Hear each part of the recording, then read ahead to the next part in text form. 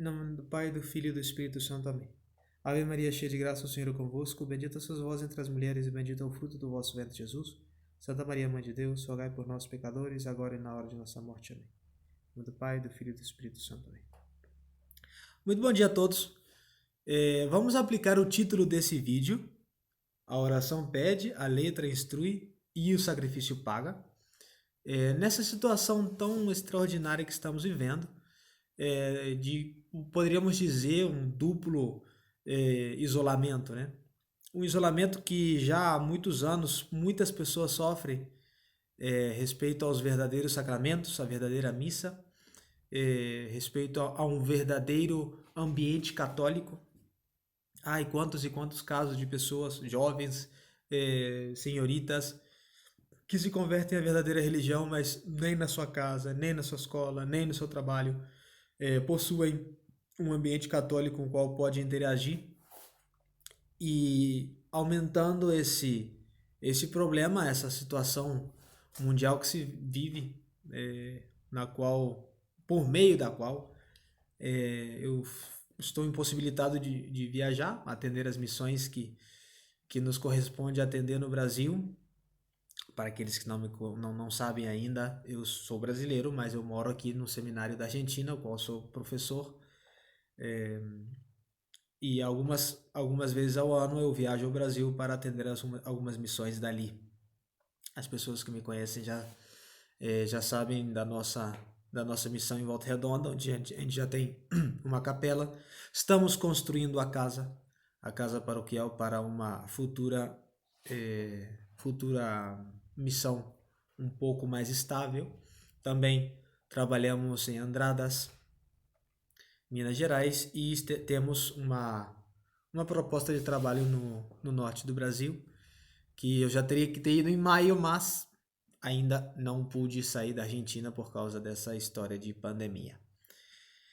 Mas não saindo do assunto, vamos falar da importância da instrução no católico, da importância também da oração e do sacrifício, como meio de suprir essa isolação, esse isolamento que se sofre respeito a tanto o ambiente religioso como a impossibilidade dos sacerdotes viajarem e estarem mais presentes no apostolado. Uma das coisas mais importantes para o fiel hoje é ser instruído, porque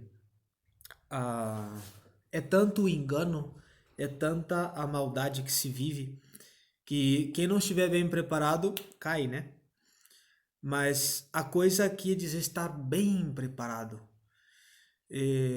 Um dos maiores erros que se cometem hoje, uma questão intelectual, né? É uma pessoa que se converte, imediatamente ela começa a estudar coisas como a infalibilidade papal, como, digamos, a questão da liturgia, coisas que, digamos, que vêm por último. Seria tanto como estudar física antes de estudar matemática, cujas matérias estão muito unidas, pelo menos no seu começo. A minha irmã é professora de matemática e eu disse isso para ela. Ela falou, não, que a física tem muita coisa que não é matemática. Mas no começo da física é matemática. Indiscutível. Então, quando nós estamos falando de nos formar bem, devemos ter uma boa base de conhecimentos religiosos. Vejam bem, se vocês não sabem de cabeça o que é os 10 mandamentos, por exemplo, como vamos estudar teologia sem saber a base da teologia, a base da moralidade, que é os 10 mandamentos?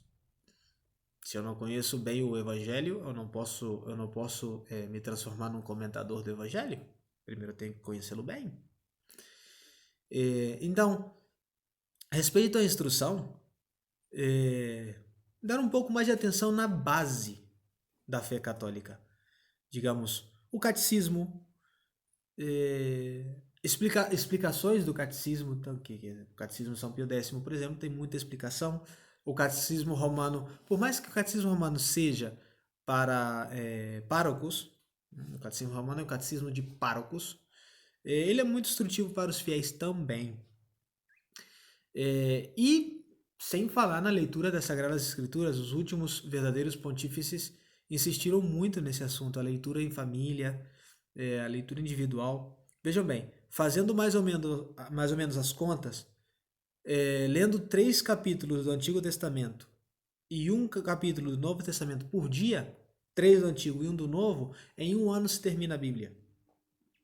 E, digamos, aquelas palavras que soam aos nossos ouvidos de São Jerônimo: quem ignora as Escrituras ignora o mesmo Cristo. Então,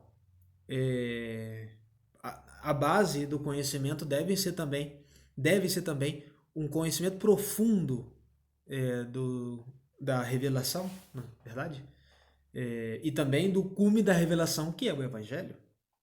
O Evangelho é o cume da revelação e é a cume da revelação. Portanto, nesse sentido, a instrução. Depois a oração, se falta oração no nosso dia, falta tudo. Quem não tem oração no seu dia, não tem nada no seu dia. Nada, nada, nada, nada, nada, nada. Porque quem dá uma esmola sem espírito de oração, não está praticando a caridade. Está fazendo um ato de filantropia, que é uma questão puramente natural e humana, que não tem nenhum tipo de mérito sobrenatural. Nenhum tipo de mérito sobrenatural. Então, uma das engatinhadas da vida espiritual é a ordem de vida. Quando a gente está engatinhando na vida espiritual, é quando a gente tem que trabalhar sobre a ordenação do nosso dia. Eu me levanto a essa hora, eu descanso a essa hora, eu trabalho a essa hora, e na organização do dia, os momentos onde existe a oração atual. Oração da manhã, uma oração ao meio-dia, oração da noite, intercaladas obviamente com o Santo Terço, uma leitura espiritual que vem a agregar o que nós estamos nos instruindo com a Sagrada Escritura, com o catecismo. Ter espírito de oração é essencial ao cristão, e mais hoje, onde digamos que a oração deve suprir o vácuo dos sacramentos, que é tão difícil, em muitos casos, chegar perto deles. E vejam bem que interessante, a última aparição aprovada pela Igreja de Nossa Senhora, estamos falando de Nossa Senhora de Fátima, em 1917, se nós resumimos a mensagem de Fátima, não estamos falando dos segredos, a mensagem, se nós resumimos a mensagem de Nossa Senhora de Fátima, ela o que pede é oração pelos pecadores, penitência por eles, modéstia e a oração do Santo Terço. Todas coisas que estão ao nosso alcance. Nossa Senhora não pediu. Depois, lá, anos depois, quando a última vidente já era anciã, Nossa Senhora apareceu pedindo os 5 sábados, né? Mas lá naquela primeira mensagem de Nossa Senhora em Fátima aos 3 pastorzinhos, foi o que ela pediu, foi isso: oração e penitência pelos pecadores, modéstia e a oração e o rezo do Santo Terço. Todas as coisas que estão ao nosso alcance. Então, a nossa vida de oração é possível sim, por mais que estemos longe dos sacramentos, é possível sim que seja uma oração excelente. Depois da instrução e da oração, o sacrifício é o que paga as nossas obras. Paga em certa maneira de falar, não, porque tudo é graça, dizia Santa Teresinha do Menino Jesus. Imaginem, eu cometo um pecado, eu peço perdão, eu faço um ato para reparar esse pecado, e pagando a minha dívida, eu faço de Deus devedor meu de novo, porque Ele me dá a graça de merecer a glória eterna. Deus realmente se sente obrigado, entre aspas, obrigado a recompensar eternamente aquele que morre em estado de graça. Tudo é graça. Tudo é graça. Nós pagamos as nossas faltas ao mesmo tempo que merecemos. Portanto, o sacrifício, a penitência é tão necessária para o desenvolvimento da graça santificante, tão necessária para aplacar a ira divina. Santo Agostinho, no seu comentário ao Evangelho, diz que não podemos temer aos atos de penitência, não podemos rejeitá-los, rechaçá-los, porque Cristo mesmo aceitou em pró nosso, pelo nosso interesse, ele veio padecer, ele veio sofrer, morrer por nós. Todas essas coisas, quem sabe, são coisas repetidas, são coisas novas, mas de vez em quando é bom lembrar